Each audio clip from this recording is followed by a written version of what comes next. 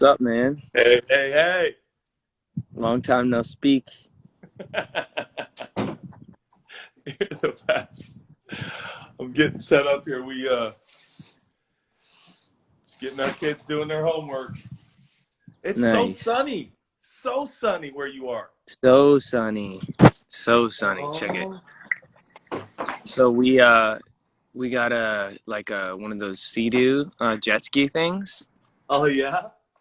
and we're riding out into the middle of the lake, and it shut down on us, or on me Oh, rather. And so I'm out in the middle of the lake, and then uh, Fozzie, who's he helps out on the ranch. He came out and to grab me, but then the boat shut down. So we're both out in the middle of the lake, stranded. And keep in mind, obviously, like snow just started to melt here. You know what I mean? And so the water's freezing. I had to swim back to shore. how many yards are we talking? Did you swim? Maybe quarter mile. Oh, come on. A quarter mile in freezing cold water? Yeah, it was pretty crazy.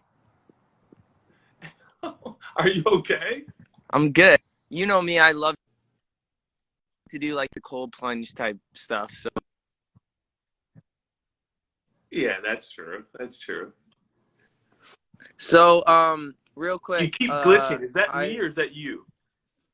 am I glitching? Am I Yeah. glitching? Here, maybe let me just see if this works. Tell me if it gets better if I Or go is it me? inside. Tell me if it Okay. gets better if I go inside. Does it seem better? Yeah, it hasn't glitched yet. I think it does. Okay. Man, I look so crappy. Um, Not possible. so I wanted to maybe talk about leadership. I woke up today with it on my mind. What does it take to be a good leader? And also, what does it take to be someone that someone wants to follow? Whoa.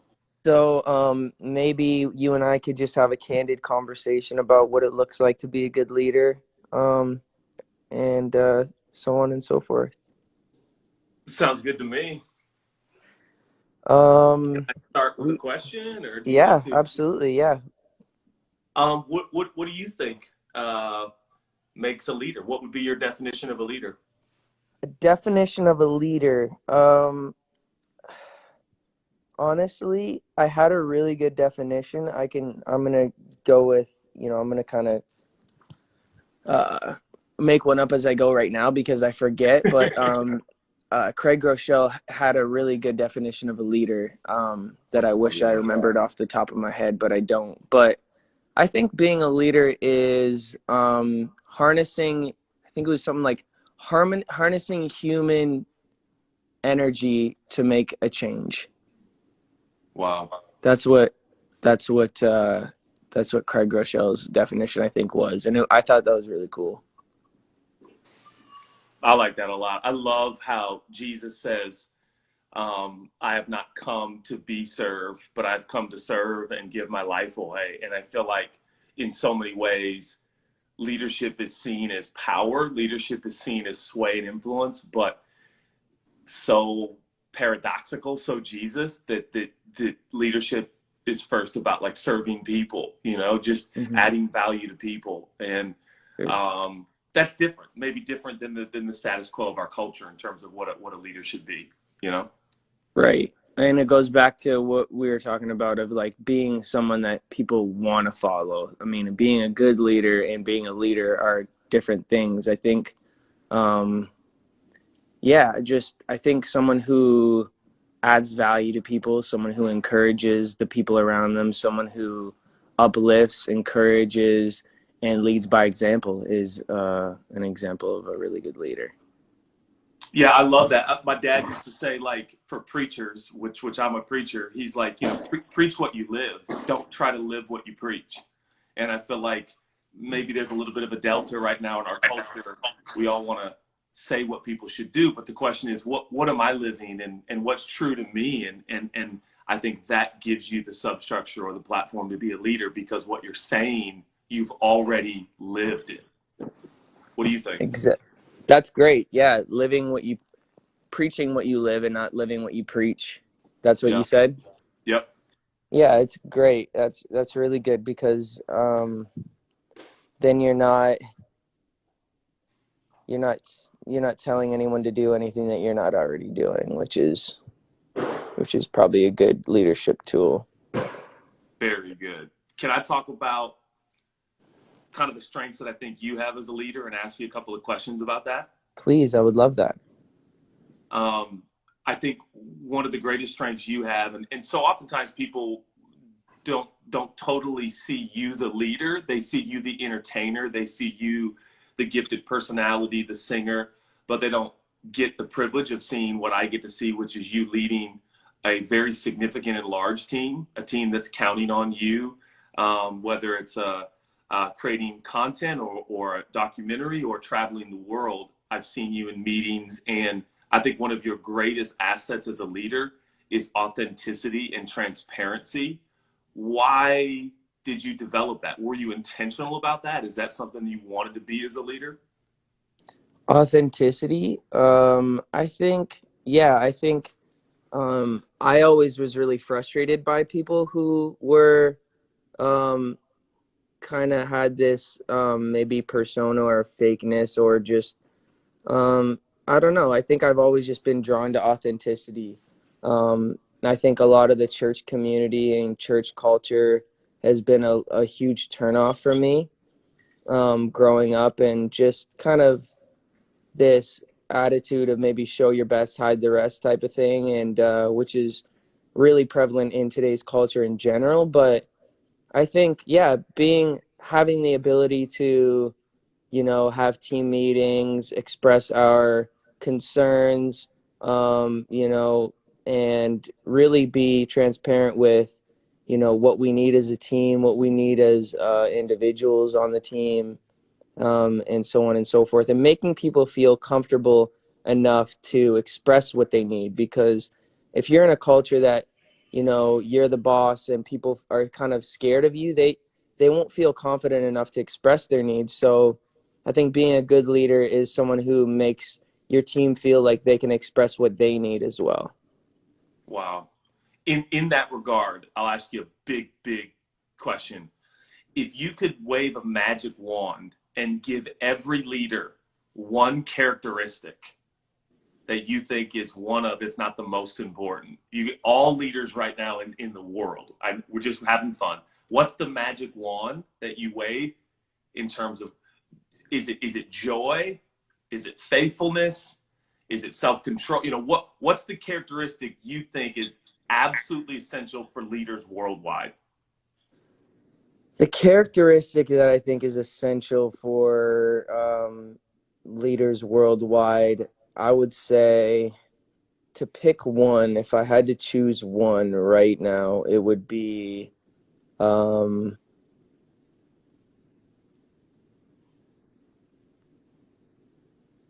probably, I'd say, honoring, honoring of, I'd say honoring of those who are around you, honoring of, people on all payrolls of all sort of, of all kinds, just honoring everybody from, the cleaning staff to, management, to just every level, just making sure that the honor is consistent and that you're not belittling anybody and everybody feels as though they're being treated the same. That is the answer I truly was banking on, because I think, let's just talk about this for a second. We're talking about leadership and the importance of leadership. And John Maxwell once said, everything rises and falls on leadership. You just expressed that honor may very well be the most important aspect for leaders, particularly in 2020. Can you unpack a little bit more, like, why is honor so important to you, and why is it so important to a leader? Well, I can just speak firsthand and say that I appreciate being honored. And Yeah. so I think a lot of in the Bible, it talks about loving your neighbor as yourself. And so I think as a person who appreciates when people honor me, um, I want to do my best to make people feel honored as well. Which is the ultimate. It adds dignity. Last night I watched the Mr. Rogers documentary. Bro, he was a leader who just honored everyone. He sang that song, I love you just the way you are. Um, and his whole mantra was that everyone should be treated um, for who they are and never less than who they are. And I can honestly say, Justin, I see you with the team, and I have seen you over the years, watching you for a decade, learn and embrace and move towards this lifestyle of honor. And I just think I just want you to articulate it more because it is so significant. It has impacted me almost more than anything to watch you, because without, you can't honor someone without humility. You know, implicit in honor is humility. It's thinking beyond yourself and honoring others. Um, can you speak to what you think humility is and what it looks like? Humility.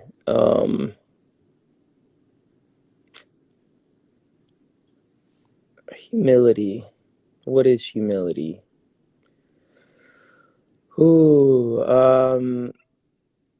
I think you said something else a second ago. Just I think one thing is just thinking of others before thinking of yourself.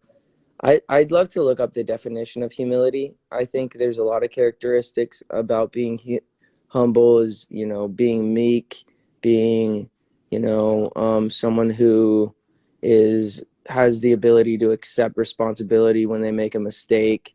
Humility is when you see others' value when they contribute to something of success.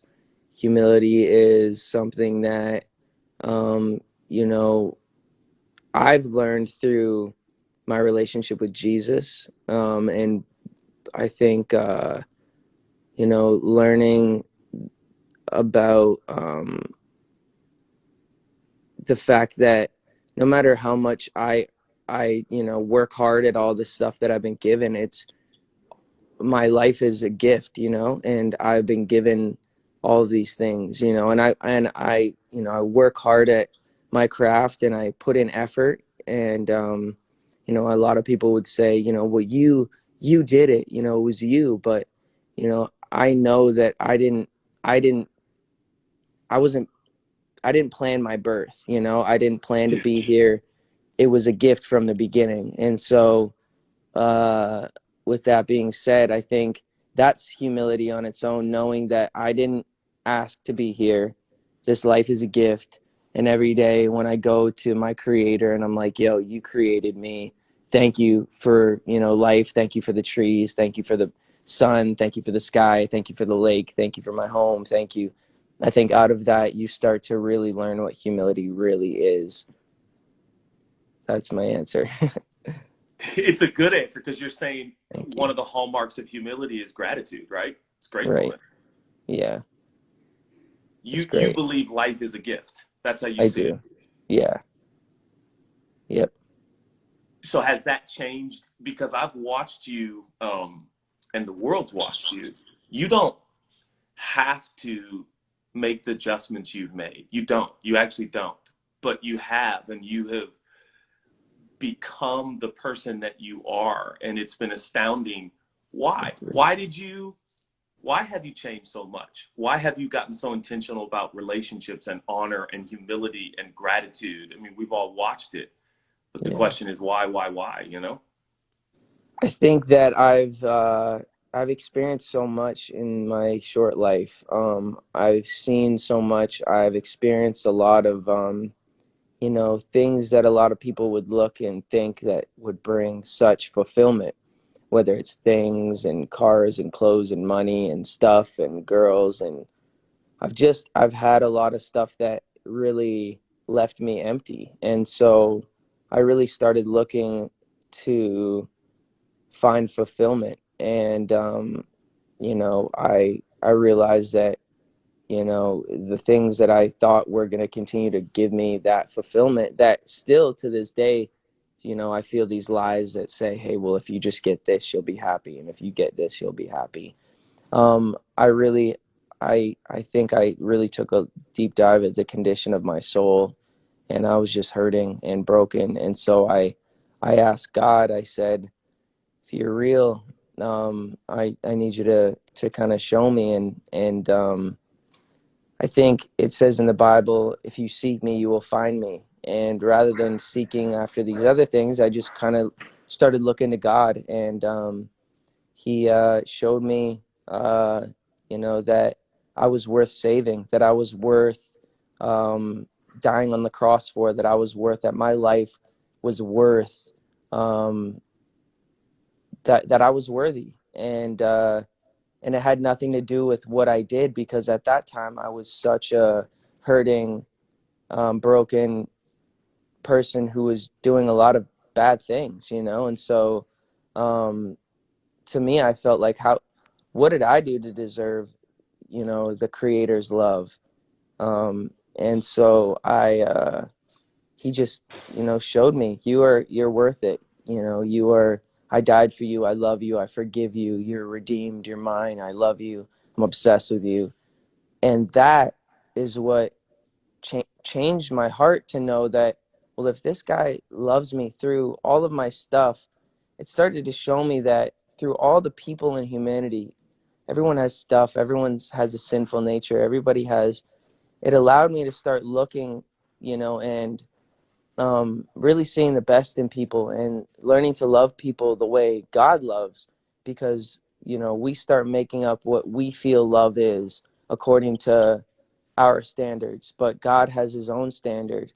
And so I just started, as I continue to seek him, he just keeps showing me his standard, of love, and what love is. And that's patience and kindness, and, all these things that are his character and that never change. So that's something that has really changed my outlook on humility, how I see the world, how I love people, how I lead. And yeah, and it's given me such a cool perspective to be able to really uh, look and know that the best is still yet to come. Is that is this kind of when the transition from just entertainer to leader started to happen? Because that transition's kind of been apparent to so many people. You went from, hey, I'm a singer, I'm an entertainer, I'm a personality, to I'd like to really help people in their spiritual journey, in their life. And in that regard, you're a leader. Even the album Changes, it's a lot of fun, but it's promoting that life is changing in seasons. And so is this when you became a leader? I mean, was that intentional on your part? I was talking to Harry Hudson today. Well, Harry. yeah. He's such a good guy. And we were just talking. He said something really cool about he wants to use his platform to help people, and I'm in the same boat. And I think he was saying how music is his passion, but people are his purpose. Wow. Um, and so he's like, I'm using my passion, which is music. Music isn't the purpose, it's the passion, which leads me to be able to, help people, which is the purpose. And so I thought that was a really cool way to look at it. That is a great way to say it. Harry, And he love you, also bro. went in to say that his pain, which, obviously we know he got cancer and he's had a lot of other traumatic things happen in his life, is what led him to the end of himself, to realize, what am I going to leave? What's the mark that I'm going to leave in this world? And so he's like, he started looking for his purpose, and he realized that he's been given this extreme talent, and music is a way that he's able to use his gifts to really fulfill his purpose, which is going to give him the most fulfillment in life, I think. And what's your take on pain and its role in your life? And here's Harry saying it brought him to the end of himself. Yeah. Do you feel similarly about pain?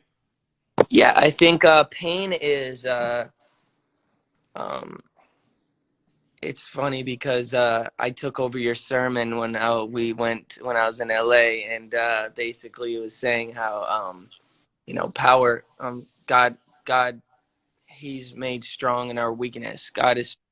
What is it? His power is made perfect in our weakness. Perfect in our weakness. So when we're weak, He's strong, and it allows us to see His goodness and His faithfulness and His character in a time where we feel weak, and that's kind of where I'm at. That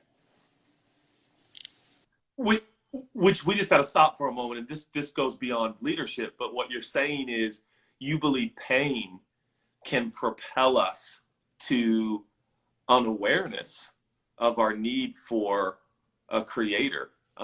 Is that kind of what you're saying? Yes, yes. Yeah. It's like when we come to the end of ourselves, we realize that there's nothing we can muster up to really, I guess, like I couldn't find it in myself to like heal myself or fix myself or be better because I just felt myself continuing to disappoint people, disappoint myself, and I was like, nobody's nobody here on earth is able to, I always feel misunderstood. I always feel like people don't really get to see but then I'm like, well, God, the creator of heaven and earth who designed me knows me. I mean, He knows me. He created me. He knows the numbers of hairs on my head. And who's going to honor, or like, who's going to care more than our creator? Totally. Yeah. And I think probably some of the misnomer in faith circles, but particularly in what relates to Jesus, is this concept that Christianity,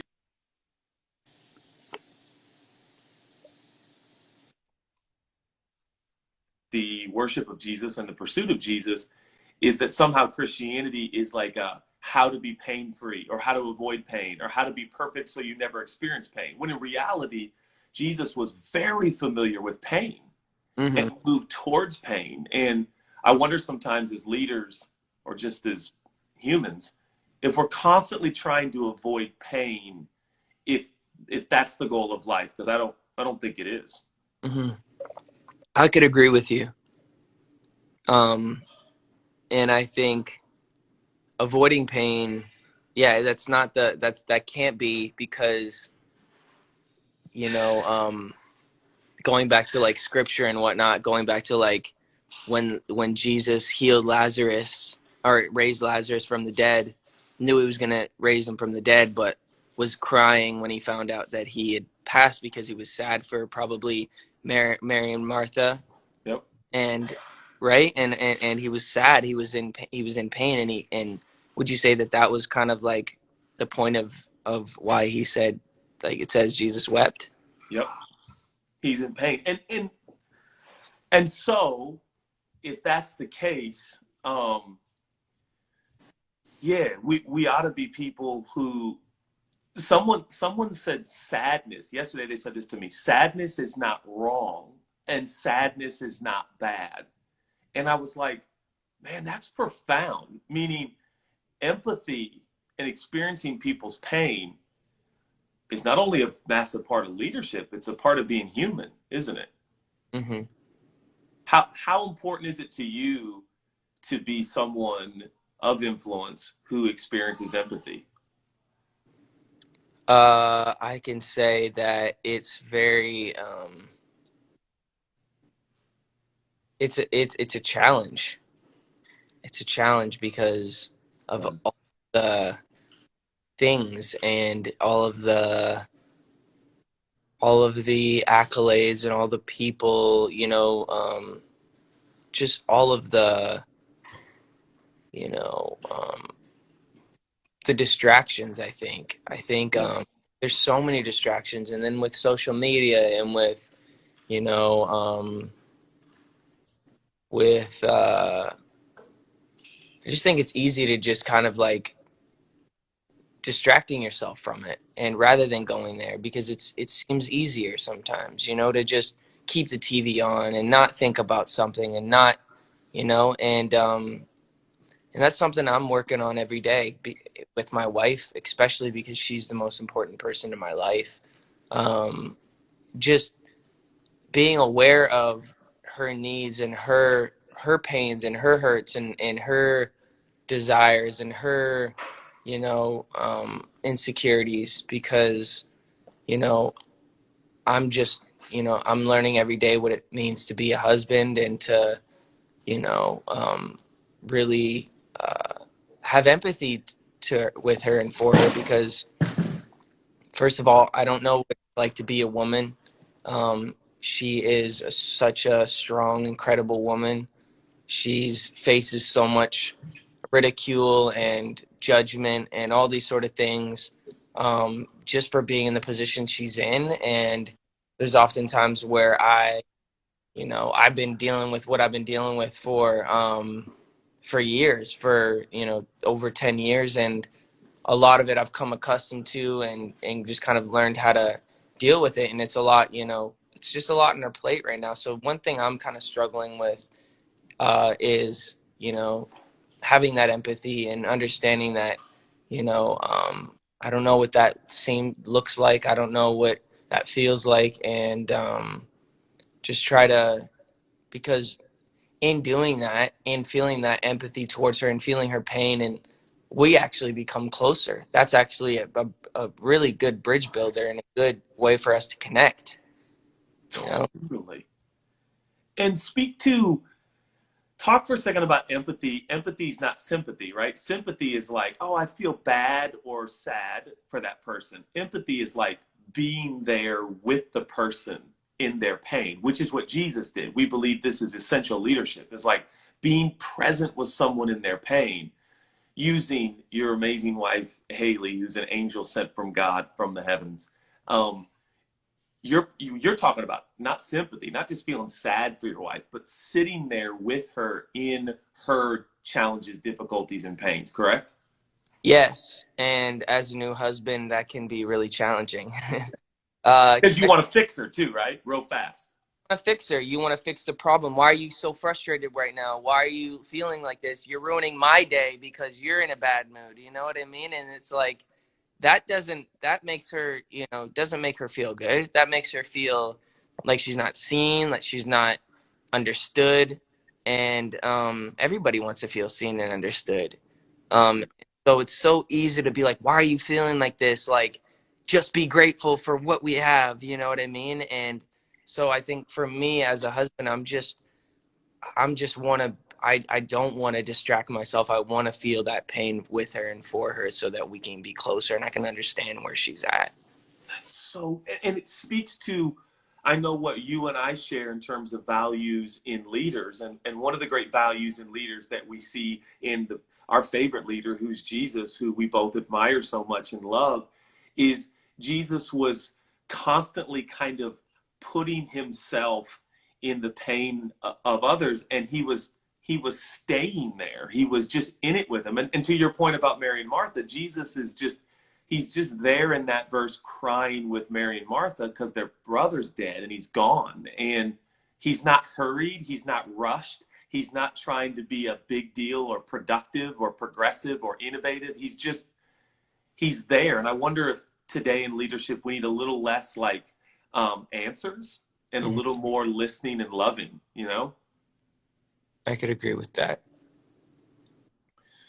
And I think you're modeling that though, and you're walking through it with Haley and the team that you lead. And I'm watching it, and I think how we've defined awesome leaders in the past maybe was guys or gals who were like really had all the answers and knew what to do and when. But I just wonder if there's an element of leadership that maybe is gonna be on the rise in the world, which is that humble, honoring, kind, listening, loving leader that um, we see a lot in Jesus. Not that he's without strength, obviously.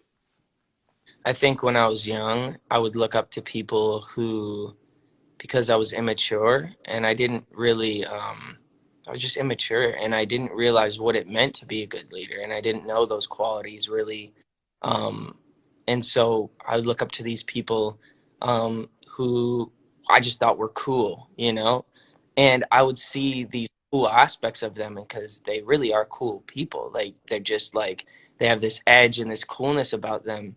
But then, you look at their lifestyle and it's like, you know, they might be disrespectful or have this lifestyle where, you know, their family, their friends don't really respect them and yada yada yada, but you respect their either their craft, you know, or their ability to, you know, use their gift in a way that's like, whoa, this person's so talented, and you look up to this person. But then there's these areas in their life where you're like, man, uh, for a kid, you don't you're so in awe of the thing that they're so good of and the gift that you kind of like put that other stuff second. Like, well, this is cool, but like the oh, who cares about his ability to be a husband? Who cares about, you know? And that probably goes to a set. You can say that about a lot of things. I mean, go even going to this like Michael Jordan documentary. You know what I mean? And it's like this guy's a killer basketball player, and like people love the fact that he's an incredible basketball player Right. and he's, you know, this like dominant force on the court. But like, you know, I just want to be someone who cares about, you know, what legacy is this person leaving with, you know, their family and their friends, because I think that's, as I get older, I realize the importance of that. I realize the importance of, you know, the impact and the impact in the relationships that I leave behind. That really is the most special, I think. And I bet I can guess, I could be wrong, but I bet I can guess one of your favorite parts of the whole documentary of The Last Dance, of course, we're talking about, is MJ's relationship to a couple of the security guards Yeah, in it was. his life. Yeah, it Was was. it? Yeah, Yeah, I knew it. part. Yeah, because I can totally relate with that. Yeah. He Um, decided to. Those were his brothers, and he loves them. And I've seen you do the same thing. mhm, absolutely, absolutely. Here's a statement I wanna say, and then I want your reaction to it. Brian Houston says this: "Beware of the leader who kicks down and kisses up." Kicks Uh, down. Kicks down and kisses up. Beware of the leader who kicks down and kisses up. A crude statement, but what's your reaction to that in terms of leadership? I don't understand it. So, okay, yeah, okay, all right. So, and down and up are just loose terms that are crude, but meaning you are disrespectful and dishonoring to people who are quote unquote in the organization beneath you or below you, and then you only kiss up That to those over you. that makes sense. I think that that is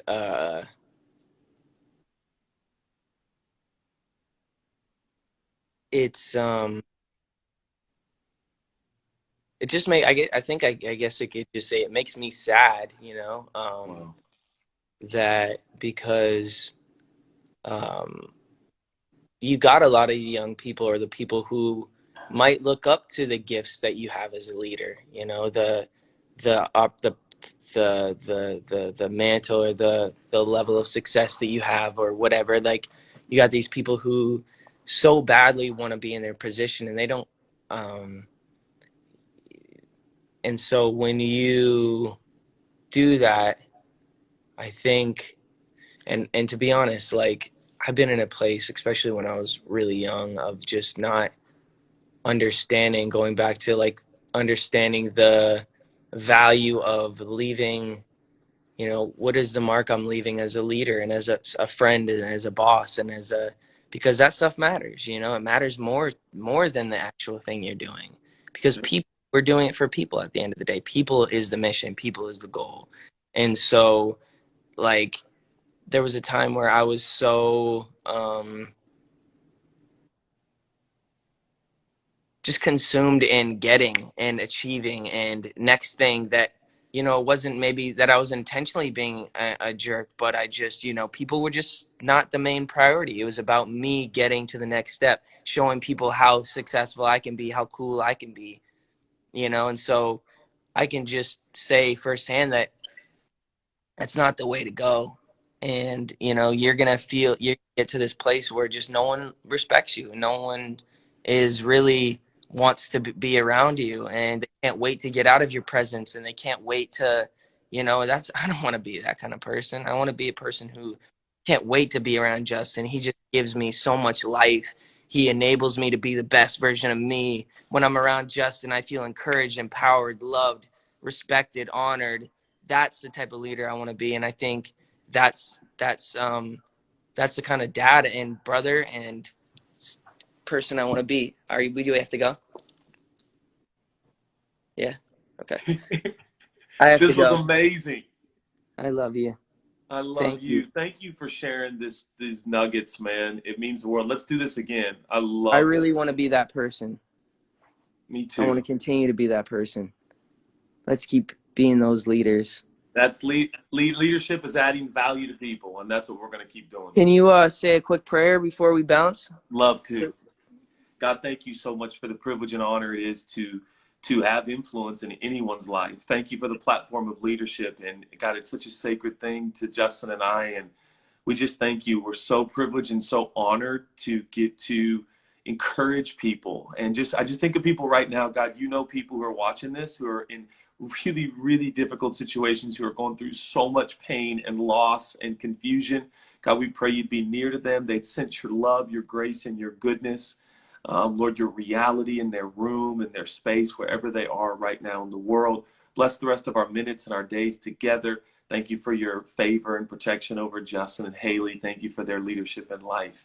In Jesus' name, In amen. Jesus' name. Amen. Thank you. Love you. Amen. I love you so much. Okay, talk to you. Love you, Hales. Bye. Peace.